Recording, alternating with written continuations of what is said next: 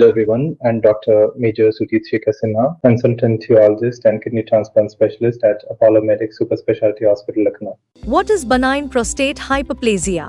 BPH जो होता है एक बिनाइन प्रोसेस है जो सारे एजिंग पर्सन के साथ होता है. It is a part of ageing. As you grow old धीरे धीरे आपका प्रोस्टेट का साइज बढ़ता जाता है. और अगर ये बिनाइन नेचर का है, कोई इसमें कैंसर नहीं है, तो इसे बिनाइन प्रोस्टेटिक हाइपरप्लेजिया कहते हैं. ये 50 प्लस के लोगों में ज्यादा कॉमन पाया जाता है. Some time less than 40s के लोगों में भी ये मिल सकता है.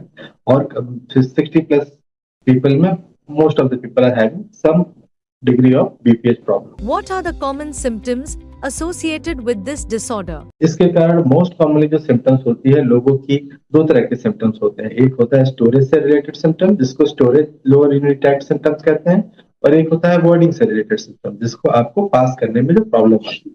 स्टोरेज से रिलेटेड सिम्टम्स क्या क्या होते हैं कि आपकी फ्रीक्वेंसी बढ़ जाती है यूरिन जाने की. There is an urgency to void, जल्दी जल्दी पास करने का टेंडेंसी रहता है.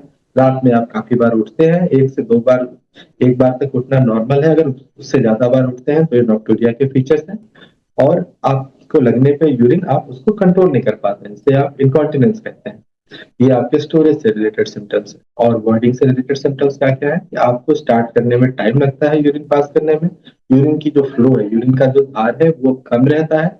आप एक बार में पास नहीं कर पाते हैं और आपको एक सेंस ऑफ इनकम्प्लीट इवैक्यूएशन रहता है कि आपकी शायद यूरिन पूरी पास नहीं. How common is benign prostatic hyperplasia in India? As I said earlier, it's a part of aging, so everybody who is gonna age gonna have a increase in the size of prostate. तो आपका ageing का process है, तो how to as gracefully आपको ये सारे symptoms पता होने चाहिए, सो दैट आप अपने नियरेस्ट यूरोलॉजिस्ट को जल्दी से जल्दी संपर्क कर पाए. और इस चीज को मैनेज किया जा सकता है कुछ जांचों के द्वारा, कुछ दवाइयों के द्वारा, और अगर कुछ नहीं होता है तो फिर हम एक सर्जरी के द्वारा भी इसको मैनेज कर सकते हैं.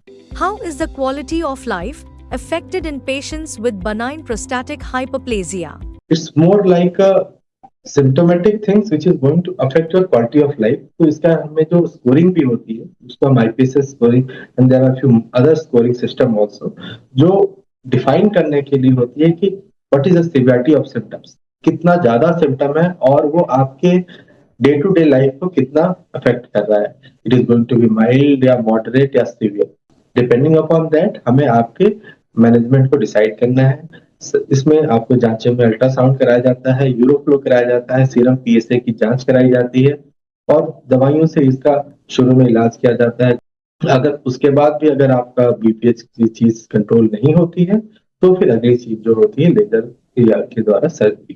Thank you everyone. I hope it is useful for you.